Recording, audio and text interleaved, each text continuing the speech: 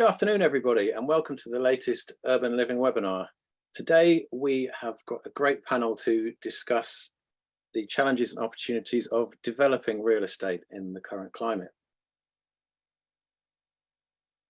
My name is George Sell. I'm Editor-in-Chief at International Hospitality Media. We are a publisher of B2B news websites for the hospitality and real estate sectors, and we're also an events and awards organizer. These Urban Living webinars have got two sponsors, and we're going to quickly find a little more about them. And the first one is Minute. Dear hosts and property managers, hosting can be difficult. We get it. Watching out for parties, making sure your guests have a wonderful stay, keeping neighbors happy, coordinating cleaning and security staff. We see all the work you do every day, and we want to help. Wouldn't it be great to have a co-host? Someone to welcome your guests when they arrive. Remind them about house rules when they're getting a bit too loud. Keep your home safe when they leave. We're Minute, the co-host that helps you care for your home, guests, and community. We come highly recommended. We're reliable and we're eager to help. So let us be your co-host today. With love, Minute.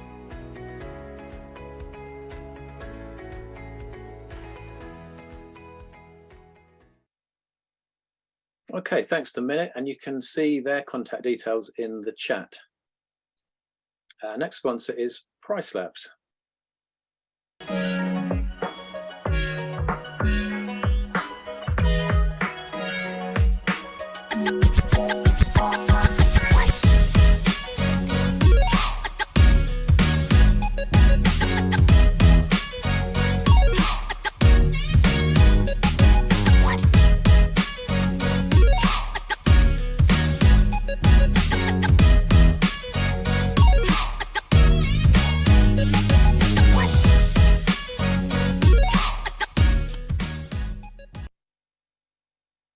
So thank you to Price Labs, and as with Minute, you can see their contact details in the chat. So please do get in touch with those guys if you're interested. So today's webinar is going to last an hour. We'd like to make it as interactive as possible. So if you have any questions, please do submit them using either the chat or the Q&A function. We will try and put aside 5 or 10 minutes at the end of the session to get around to answering those. Or if you have a question on the actual topic that we're on at the time, we might do it then. But please do interact. We've got a great panel today with loads of knowledge, so get involved with that. A recording of the session will be sent to everyone who's registered via email in the next couple of days. So to give today's conversation some context, I'm just going to show a couple of slides with screen grabs of stories that we've run recently on our news websites here at IHM. The most recent one here is the bottom one, and this is a big investment manager, Dahele, which has temporarily halted all investment into property assets in the UK in the wake of last week's mini budget. Some of the other stories you can see there are touching on the issues that we'll be discussing today. We've got planning, we've got up-and-coming asset classes, and we've got conversions of existing assets into new uses. Now on our next slide, we've got a couple of interesting and contrasting stories which we posted, I think, within a week of each other fairly recently. And this is about the planning confusion surrounding the co-living asset class. Some local authorities are quite proactive, quite forward-looking, and are working with developers and operators to encourage some really interesting new developments, others not so. Notably in Liverpool, the planners are not treating co-living as sui generis. They are saying that all co-living schemes have to conform to residential planning standards, so including space standards for the units, which is obviously making some of the proposed schemes there unviable. And a final context slide. The ESG thing is huge, and we're going to talk about that. It's a really important element of development, and we're seeing some of the big real estate companies such as Hines there setting really ambitious targets to be net zero by 2040. I think some are even have even set earlier targets than that. Green financing is becoming easier to come by for development schemes, and I think ESG is really going to be a cornerstone of property development going forward. So we've got a great panel with us today. I'm going to ask them all to introduce themselves in turn before we get into the discussion. We'll go from left to right as we see them on the screen. So firstly, Cara, good afternoon to you. Good afternoon, George, and everyone listening today. Thank you for inviting me. So my name is Cara Thompson. I am a director and head of project management here at Vengrove. I come from a traditional project management background, so in consulting, and have been on that journey, I think, for somewhat 16 years, scarily. I moved over from Australia in early 2012, so been in the UK 10 years now. So it's interesting to kind of see the cross opportunities across the pond, to see where we can learn from each other still 10 years on. I spend most of my time running jobs around central London, particularly commercial, but we have a team and have managed teams across lots of asset classes around the UK. So exciting to be discussing a number of these topics with you, George, and the others today. Thanks, Cara. And Ben, good afternoon to you. Good afternoon. So I'm Ben Cross. I'm development director at General Projects. Since we're kind of talking around where we come from, I don't come from Australia. I actually come from the north of England, but I don't think that's particularly interesting.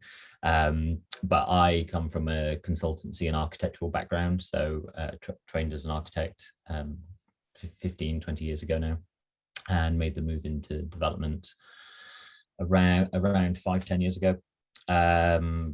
General Projects, we're a creative real estate developer that designs and delivers innovative and inspiring buildings that are sort of wholly designed for a modern marketplace, so very much around user experience, around putting the customer first. We're also, I'm very proud to say, B Corp certified, which is a testament to our ambition to ensure all of our work can support local communities and wider society, pioneer new ways of procuring services, constructing and operating buildings, but also in doing all of that, helping to protect the planet too. Excellent, thank you, Ben. And finally, Romi, welcome to you. Thanks, George. Hi, my name's Romi. I am MD at Foundry. We're effectively a real estate investment stroke development manager. We typically develop for funds and family offices. Occasionally, we do our own developments.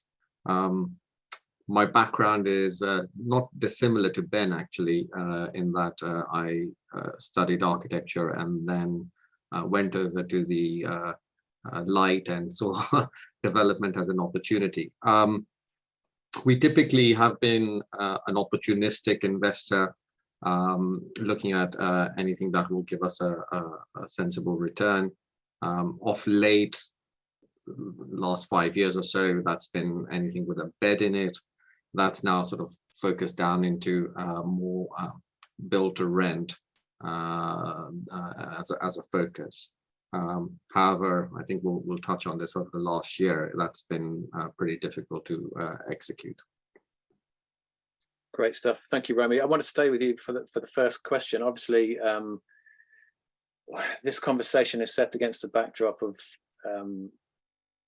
economic uncertainty, rising interest rates, inflation, and so on. So, how is the lending and investment landscape for development looking amid what's going on, and how has it changed, in the last couple of months, shall we say? I think let's break that down. I think the lending landscape hasn't changed as much. I mean, we knew that interest rates were going to be starting to go up, and anyone looking at an investment appraisal over the last, I guess, probably 2-3 months had started to build that into the system. The real issue has been being able to stack your development appraisal with enough to go around on all fronts. and that's really started, I think, last year, COVID. Supply was an issue.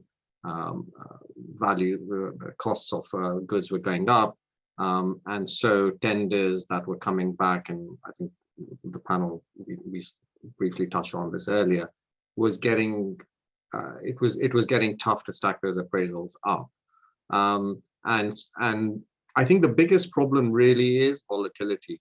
So if there's consistent price growth, that can be managed maybe, and you can look at that in different ways.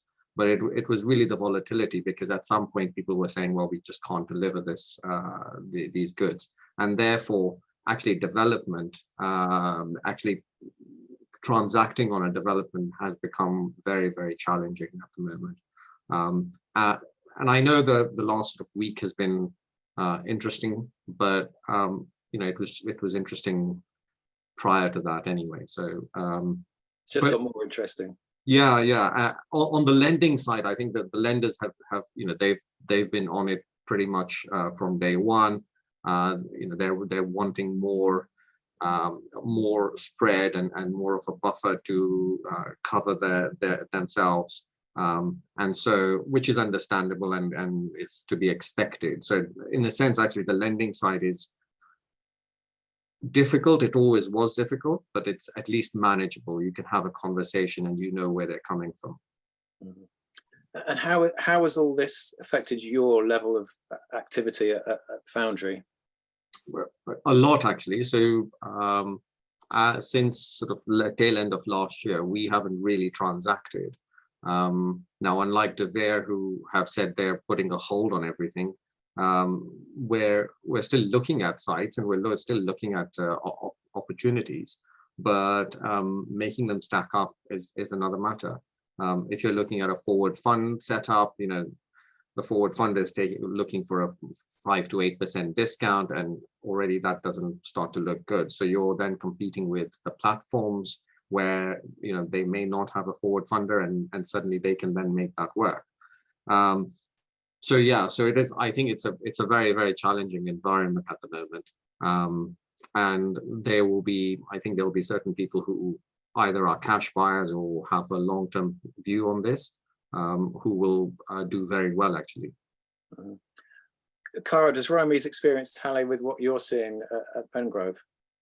Yes, absolutely. I think the volatility and the uncertainty is what's causing probably the most of the challenges. I think, Romi's point about the lenders, I think the rules haven't really changed. They've probably got a bit harder, but, wanting pre-lets, ESG credentials, and, I guess all of those elements across any of the asset classes have always been there. It's just more, we would see a quarterly or more of a gradual kind of change, while at the moment it's obviously daily. And I think we need that uncertainty to really settle down. We've been fortunate across some of our strategies here at Vengrove to be able to transact this year, which has been fantastic. But certainly, we've seen that slow down over the last particular kind of 3 months, and stuff that has been under offer then has thrown up elements, and it hasn't been the right pricing, to be frank. So I think absolutely similarities. Yeah. Okay. Ben, you're presumably working across various asset classes on your projects. Are you seeing investors looking to kind of gravitate towards certain asset classes that they see as a safer bet as things get choppier out there? Although a lot of our work is focused on sort of the commercial led sector, we are working cross sector with some proper mixed use schemes. So retail, and I don't mean just mean sort of ground floor retail, but kind of destination leisure retail, and we are also working in residential, albeit it's quite a small part of our portfolio. I would actually say that at the moment, what we're seeing, particularly in commercial real estate, is a real drying up of liquidity. So the swap rate 12 months ago was, I think, just over 0.5%. I think it was about 0.6, 0.7. And now we're starting to see that rise to over 5%, and notwithstanding the challenges that brings around debt and borrowing money, in addition to the Bank of England base rate. You're also seeing investors looking more conservatively at yields in the long term, not just because things are or they aren't ESG or have green credentials, but the general rise in interest rates is making people look a bit more cautiously at yields in the long term. So that coupled, so you've got the cost of borrowings going up. You've already got very high costs of materials and construction costs, regardless. You've also got consultants who probably bought into fee agreements 2 or 3 years ago, and they're having they're chasing for talent.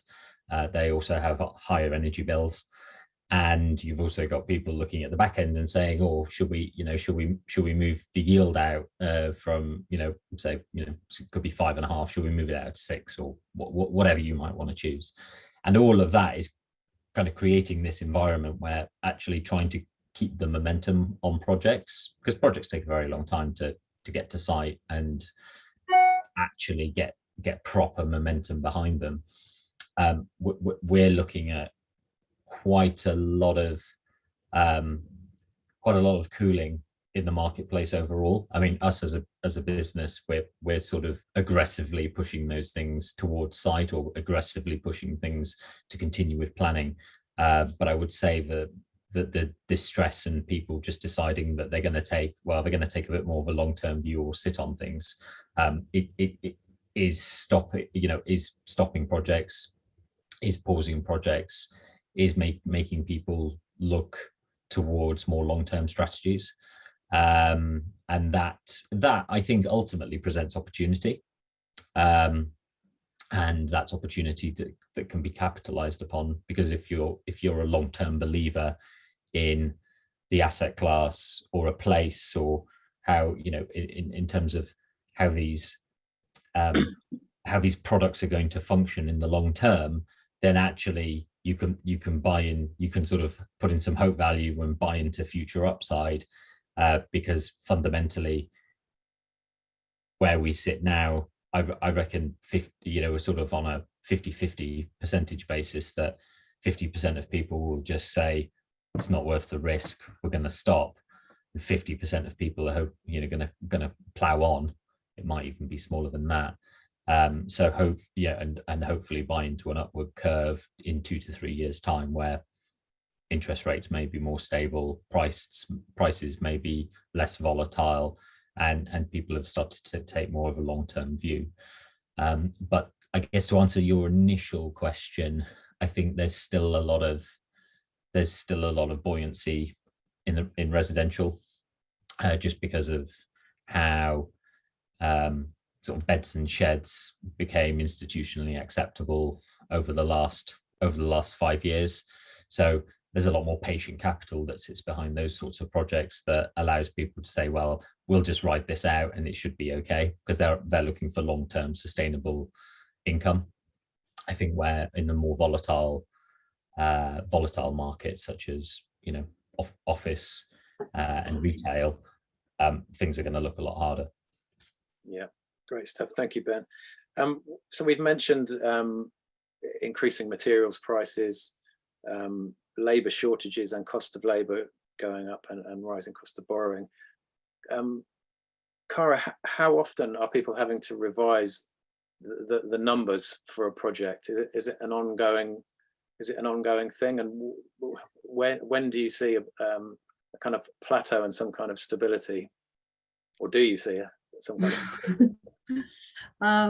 Lots of questions in that. I think lots of people are educated, and I'm fairly sure from the turmoil of COVID, everyone has been building in this, and the forecast, you listen to the QSs any day of the week, and the forecasts has been rising for some time.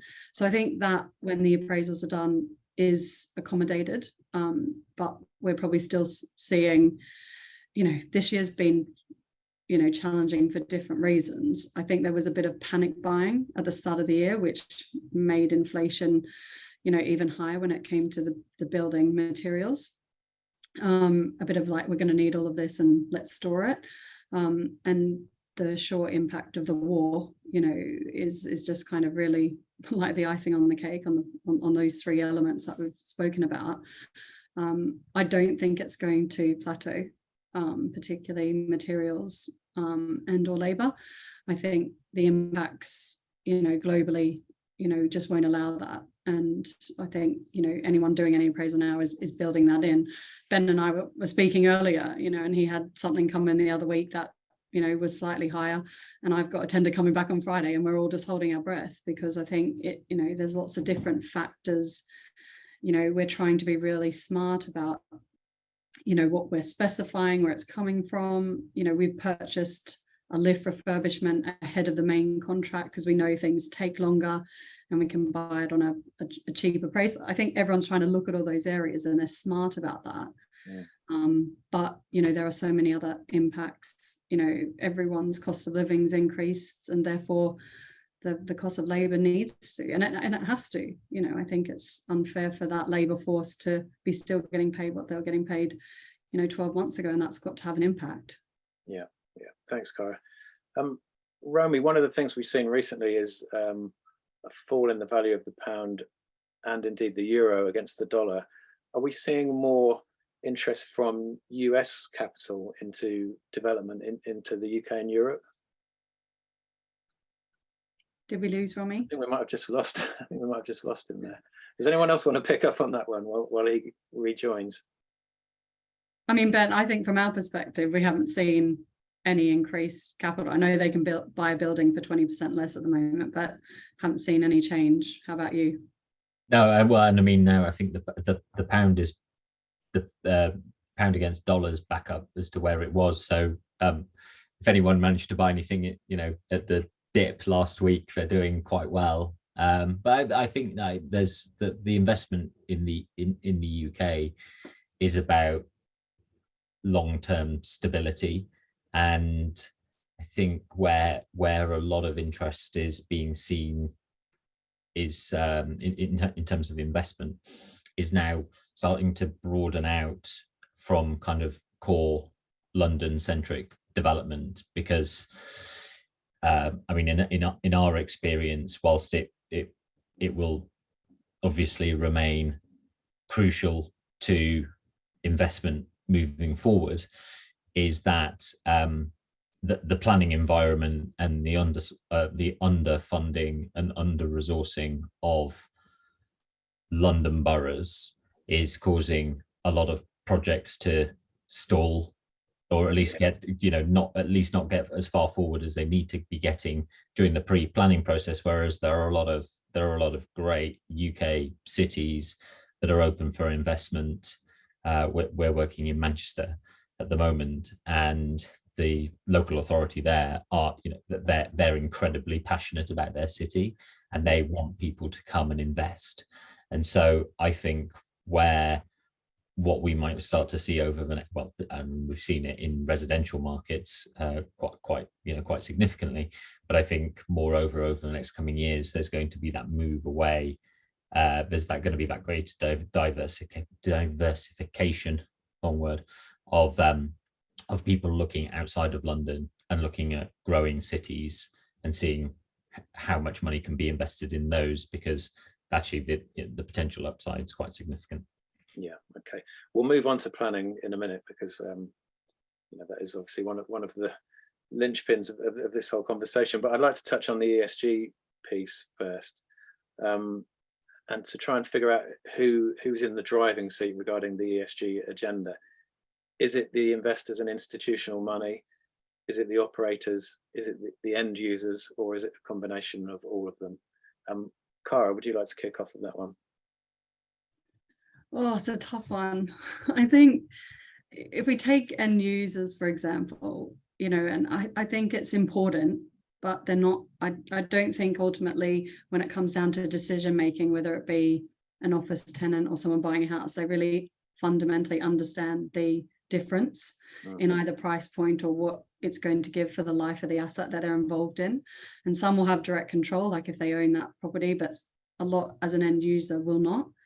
And when you listen to, say, some of the experts in the, you know, office market, like out of town, you know, it's all about the amenity that the building brings, while the, you know, head of ops who's making a decision will be looking at the total cost of the lease over, you know, so how the service charge works will be important. And everyone says ESG, but then we come down to it. And that's obviously, you know, ESG covers a range of elements, but from a sustainable perspective, I think it's still very tough for end users to make that decision. And you say to someone at the moment in central London or, you know, zone 4, okay, you can buy this flat, it's more sustainable than the flat next door and it's 50 grand more. I mean, that's just not feasible. So I think when it comes down to that, you know, I think that needs to change. I think investors and obviously lenders are calling for it now, which is obviously where it needs to start. And that for me is probably where it's been driven. I'm sure operationally with performance and the cost of energy now will start coming in, absolutely. And there's a huge difference in, you know, how the EPC ratings work and a building performs to the cost of that. So I think we'll probably see that drive a bit forward, but, you know, that's just my view on what I see in my space. Yeah, yeah. Ben, in that list of stakeholders there, I didn't include the developer, but obviously I know this is an issue that's close to your heart. But is this something that you have to sell to your clients, or are they insisting on it?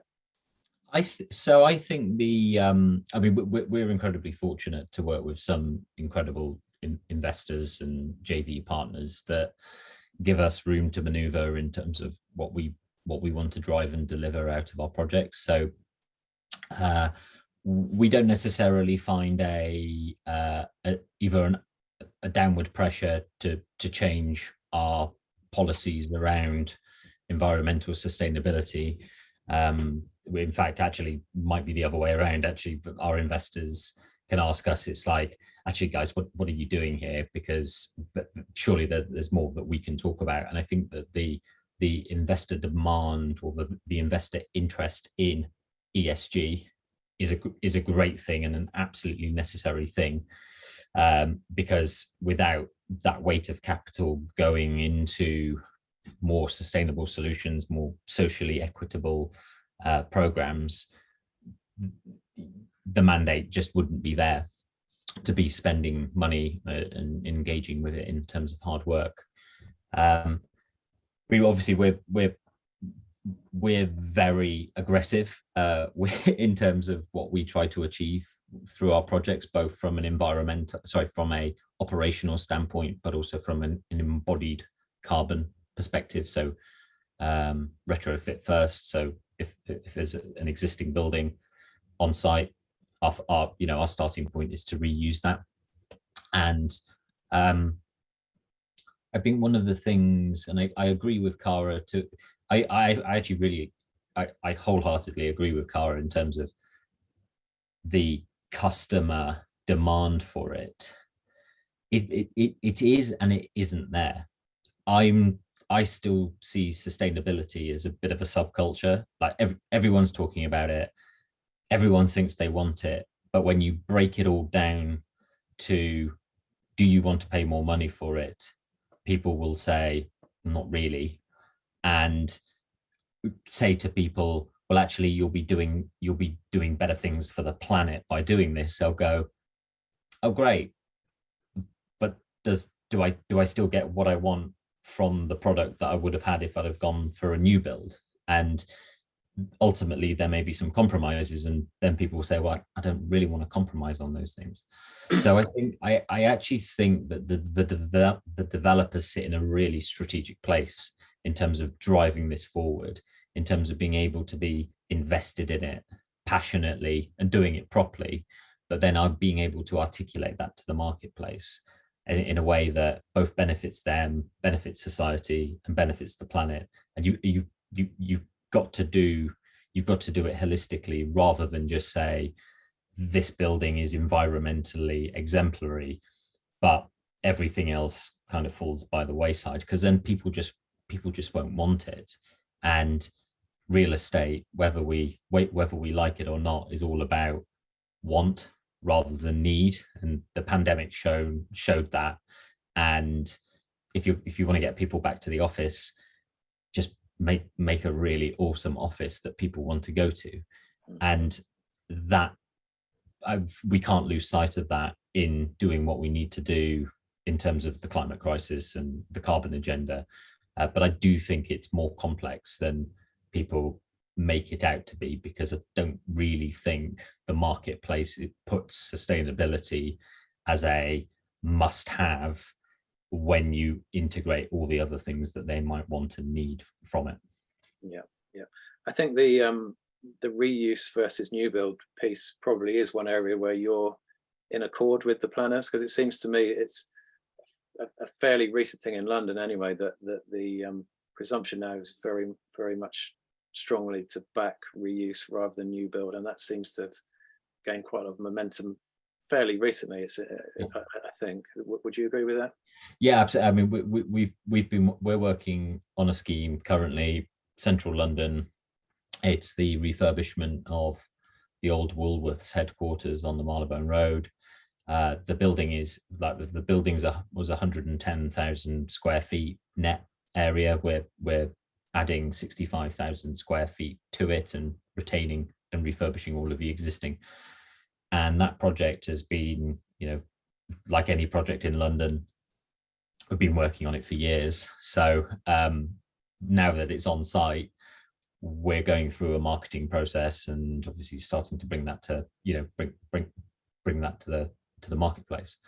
And literally 2 years ago, we were sat down going, how are we going to market this building in a non-defensive way that tries to capture all of the environmental credentials that we're doing with, we're achieving BREEAM outstanding, we're within the Paris Agreement in terms of operational carbon, we're making this as good as, if not better than, a new build.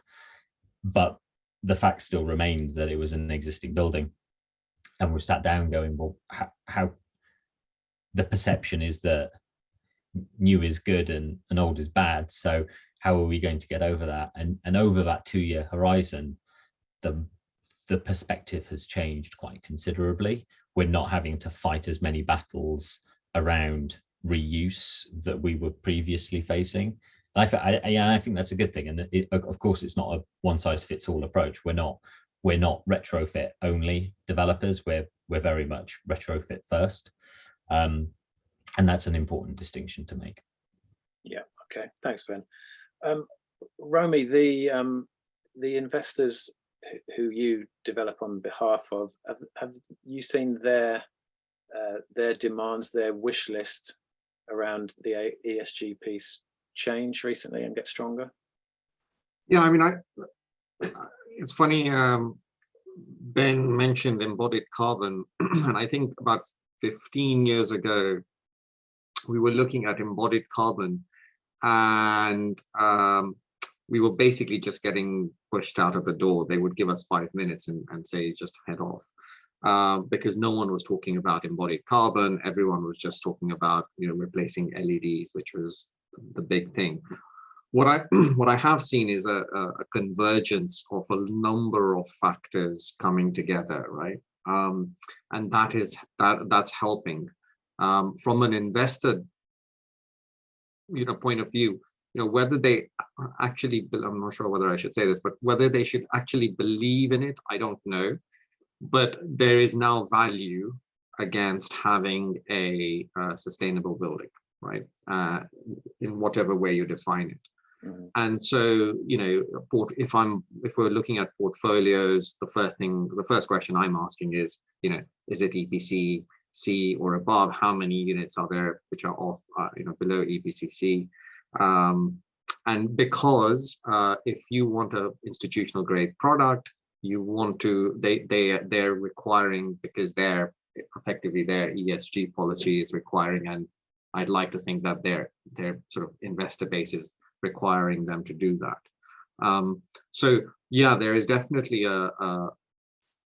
I'm not sure I would say it, but it's a push, it's a requirement.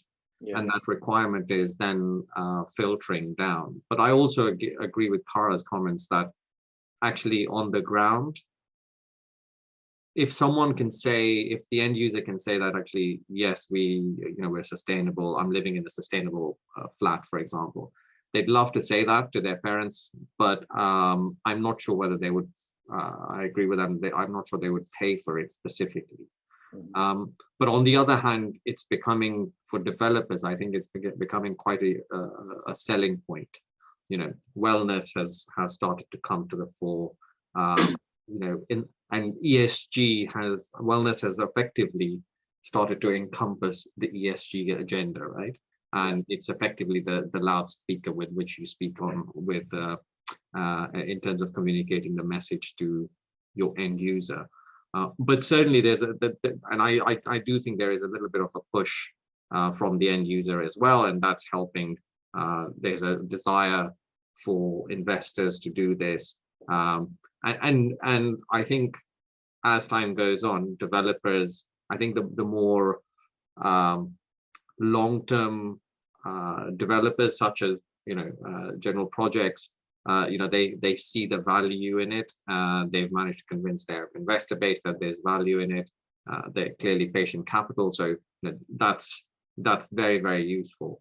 And I think at a certain point, if you're first to the game, when everything starts to change, i.e. legislation requires your building to be a certain level, that building will be valued at a higher rate, and therefore you're ahead of the game. Yeah, thank you. Kara, is the potentially cheaper cost of financing a very energy efficient development through green finance, are the advantages of that getting bigger, and is that potentially offsetting some of the extra costs in making sure a building is up to, say, BREEAM outstanding?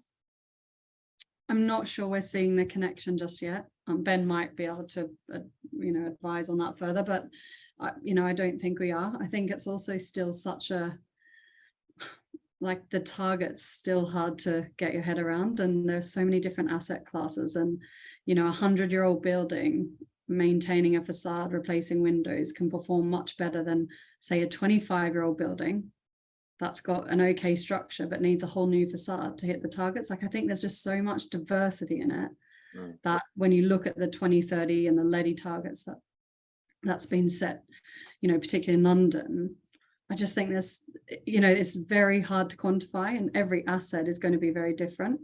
I think where potentially, and Ben and Romi, please do jump in here, but the savings or potentially benefits will be with the new builds. But if you look at a lot of, particularly like the residential development new builds, we've still got gas, we haven't maximized the use of PVs or solar, and some of the technologies that we've had in the market a really long time haven't been captured in these developments, and part of that's the infrastructure within the UK network's not there. But then, I just think I think it's going to be very hard, but I think probably when it comes to the finance and the green finance, probably the new build is going to benefit more. Yeah, okay. Actually, just jumping in there, I completely agree with Tara, but question really for Ben, when you're doing a sort of a retrofit first approach, what are the planners and what's the regulatory environment? How is that? Is it accommodating? Is it well received? Are they listening to that message, and does that then translate into some sort of a benefit for you? Yes, so we're fortunate enough to work on central London schemes where you have local authorities who have, as part of planning policy, I suppose you must keep this building first policy. I'm sure it's more articulate than that, but you know what I mean. And I would say, in going to those local authorities, they are expecting us to battle against that, because that's the status quo. There's I saw an article a couple of weeks ago which was that the developers are being forced down the refurbishment route because woke policymakers won't allow them to demolish buildings anymore without proving that a new building is going to be better for the planet than the old one. And I just think that that's such the wrong way to look at things. We're going into meetings with planning authorities and saying, right, you want to keep this building for policy purposes. We want to keep this building. So let's just knock that whole argument off at the pass, and let's then start to talk about the more important things around, affordable workspace, around affordable housing. How can we work together to create, greater social impact through meaningful on-site policies that we can work with your local economic team to drive forward, and let's have a far more proactive and collaborative discussion around how this can be brought forward.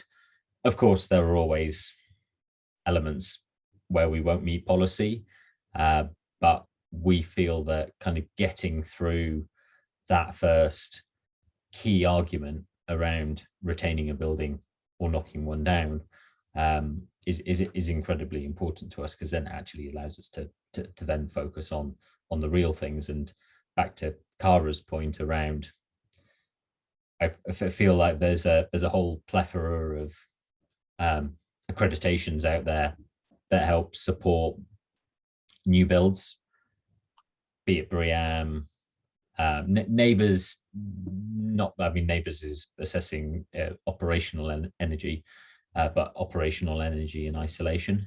I think that there is still a lot of education that we need to be giving to people, investors, to people who are helping us bring forward developments, to actually say, guys, like keeping this building and saving all of the embodied carbon that's associated with it is going to be better for the environment and better for people and better culturally than knocking it down. I don't need a badge to demonstrate that, do I? And I think 9 times out of 10, unfortunately, a badge really, really helps.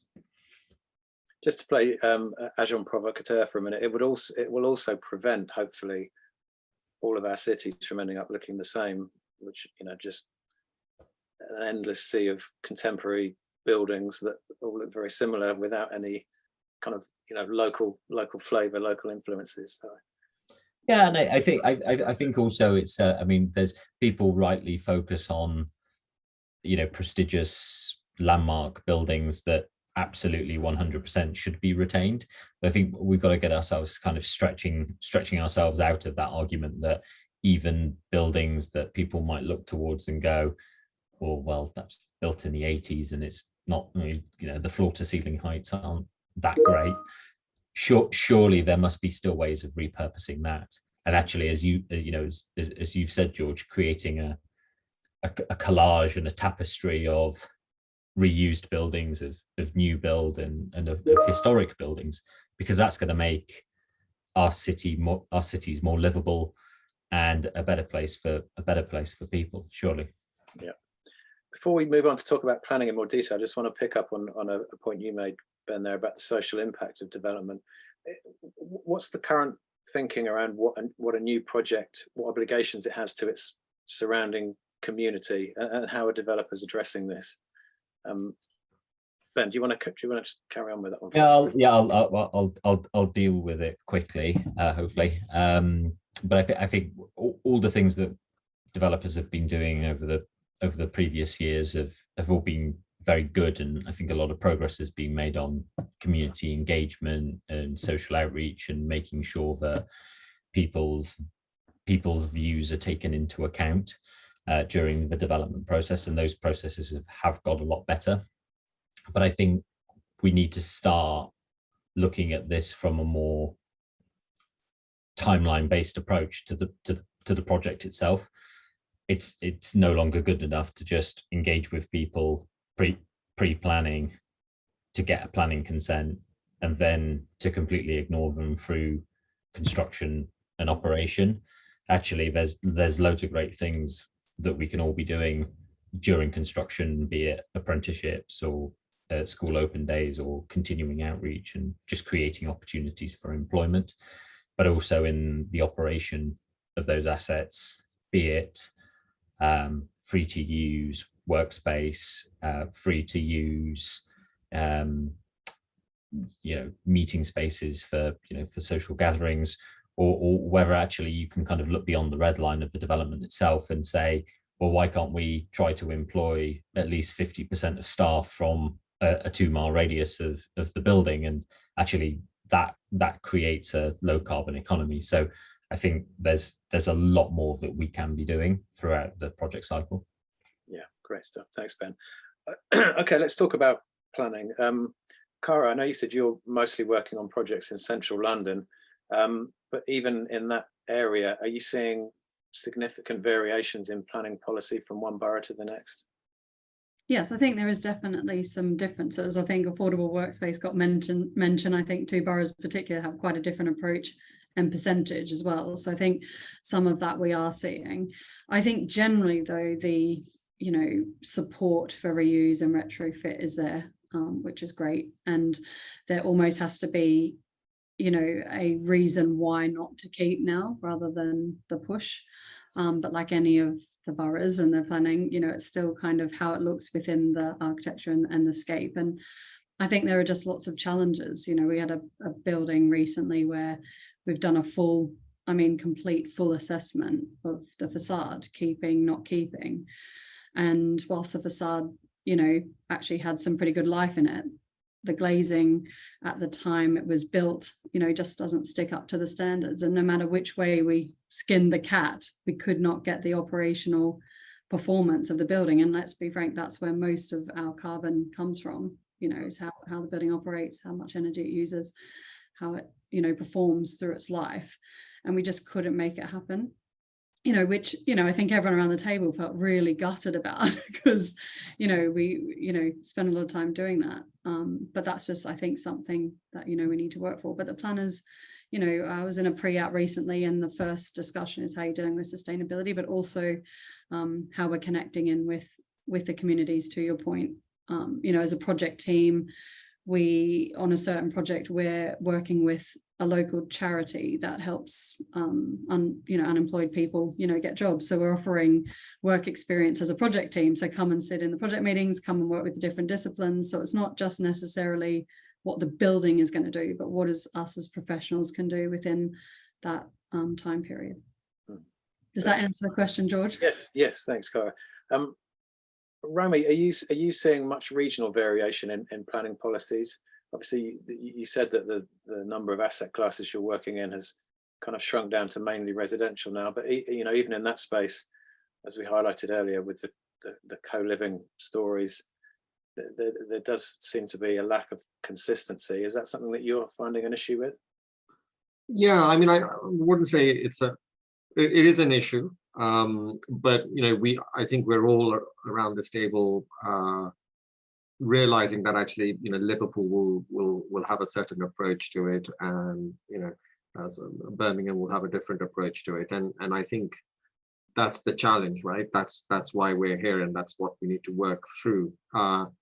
Is it frustrating? Yes, it is, because if you're trying to roll out let's say a build to rent platform, and you're not just doing a single development, then that becomes really frustrating, because you've applied a certain criteria, and your design team has worked hard, as Cara mentioned, to have these conversations with the planners, but the same ethos will not be taken on board, and I think that's where really the challenge lies. And so, in the end, my view is actually it's about sort of sitting down with them. If you have a long-term plan, speaking to them quite early on. We're talking to 2 councils at the moment on a sort of a non-committal basis. It's literally it's almost, dare I say it, sharing with them our challenges. And if you do that without there being a planning application on the table, there are a lot more receiving of that information. And so I think from my perspective, it's where I come from, it's a much longer term play. So I'd like to talk to them 6-7 months before a pre-app even went in, right? To understand why they're looking at it like that when their colleagues somewhere else are not. And so I think that's the challenge, because I think by the time you get to the pre-app stage, it's just too late. Yeah, okay. Planners and local authorities quite often get a bit of stick on these webinars, I have to admit, but let's give credit where it's due. And Ben, you mentioned when we were talking before the call that you've had some good experiences recently in Manchester. Do you want to talk about that quickly? Yes, so in Manchester, we're working on a 5-acre brownfield site just on the edge of the city centre. That's a 350,000 square foot ground up development. Fortunately, there are no existing buildings on site, but it is a new build scheme, and that process with Manchester City Council was very much, I mean, it was all done through the COVID pandemic, which actually saved a huge amount of miles going up and down the West Coast Main Line to go see the head of planning and their development team.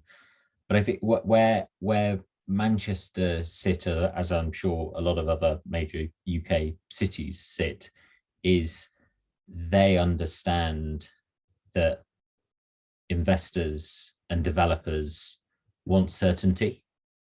And if that is certainty around this is the wrong thing to do in this location, then at least it's certainty, and it allows people to plan around that. Or conversely, if it's the right thing and people, we're in discussions with local authorities, we'll have conversations around use, mass, bulk, architecture. The head of planning in Manchester is, he knows what he likes, and that's a great conversation to be having, rather than actually skirting around the edges of should these buildings be green or red. Say, he said, it would be a case of saying there's no way you're getting away with doing red buildings on this site. So it was like, okay, well, we'll make them green. And I think that just kind of transparency and want to move the process on, and also, once having secured planning, help in other parts of the development framework to try and bring things forward.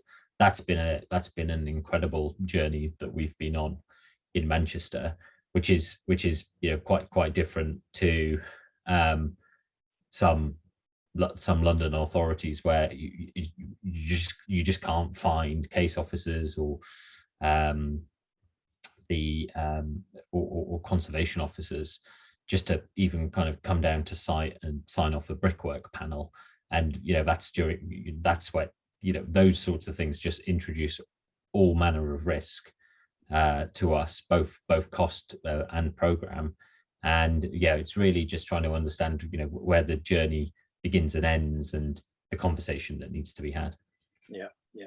I should think the decision over red or blue buildings is probably about as controversial as it gets in Manchester. So I can understand why he feels the need to be so forthright.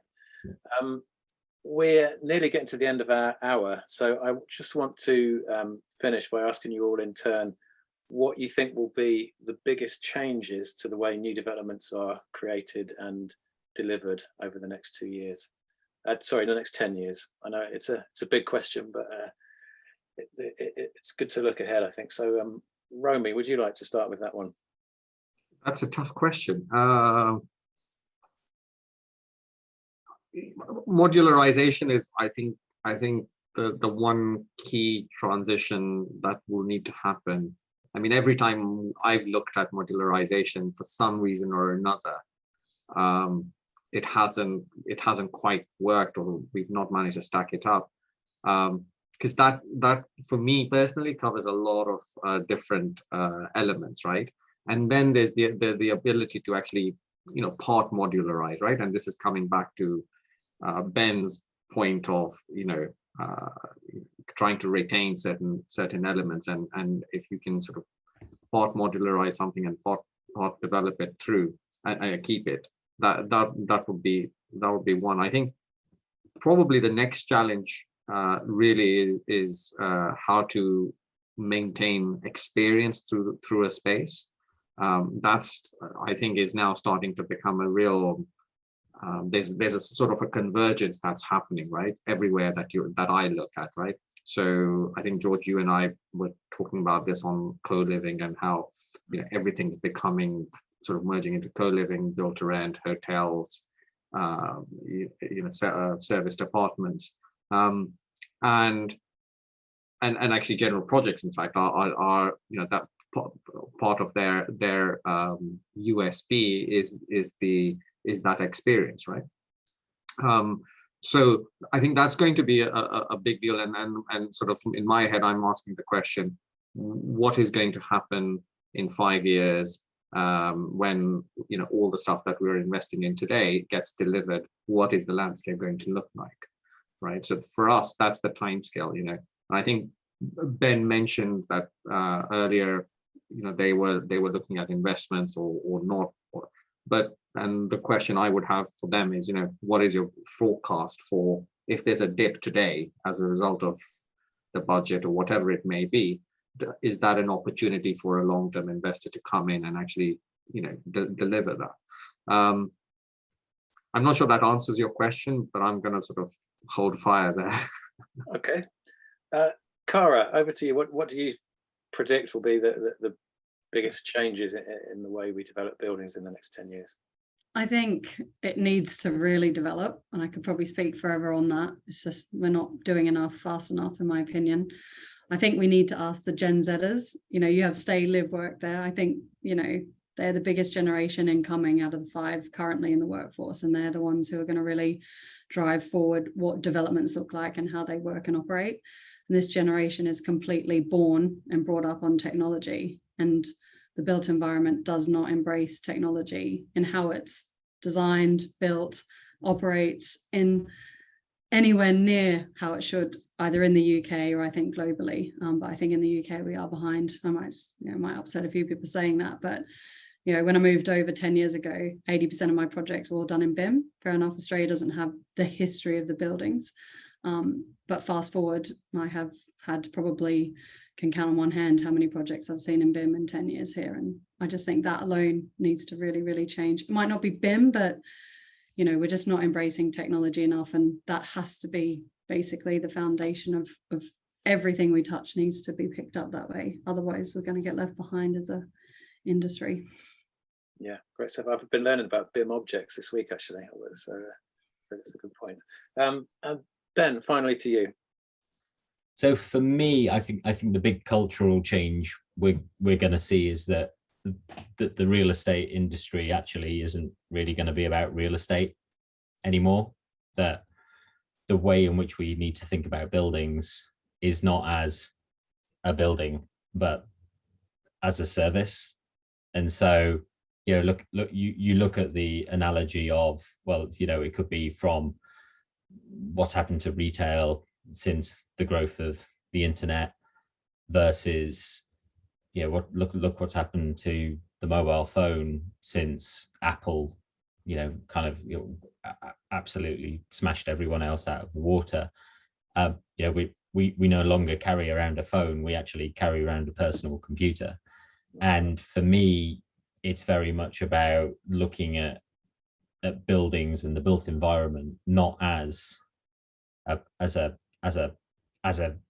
its own kind of sector. It's about looking at it and looking at it as a product, and out of that comes lots and lots of different things around experience, around the brand of a building or the brand of the people who are building it and delivering it, but also starts to tap into what Cara was talking about, which is that kind of millennial Gen Z thinking that is going, they're going to be the occupiers, the landlords of the future, and their wants and needs are going to be very, very different to the current wants and needs of CEOs out there who are making decisions based on their experience of the workplace, say, or their experience of what residential used to look like. So I think there's going to be some interesting times ahead. Yeah, great stuff. Thank you, Ben. Thank you all for your contributions. I think that was a really fascinating conversation. I'm just going to show a couple of slides quickly before we wrap up. So our next Urban Living News webinar is taking place on October the 19th, and it's called Making Cities Work for Nature. I think that's a really fascinating subject. Looking forward to that one, and you can register for that using the link in the chat. We also have an in-person event taking place on the 3rd of November, a half-day event as part of our Urban Living Insight series. And this one will be discussing the build-to-rent sector. And again, if you look in the chat, you can see the link to secure your place at that event. We did the first one last week, actually, about flexible workspace, and it was really good, a great discussion. If you're interested in working with us, sponsoring any of our events or webinars, please do get in touch with my colleague Katie, whose details are on the screen and also in the chat. If you're on any of these social channels, then give us a follow. We're pretty active on all of those. It'd be good to interact with you all that way. Thank you to Minute and to Price Labs for sponsoring today. Thank you for watching. Thank you all for your time. And thank you ever so much to Romi, to Ben, and to Cara for their expertise today. Enjoy the rest of your days, everyone. Thanks very much. Oh, sorry, I should mention, we're going to leave the session open for a couple of minutes with a countdown, just so you can take some notes of all the information that's in the chat. So thanks, everyone, and enjoy the rest of your day. Bye-bye.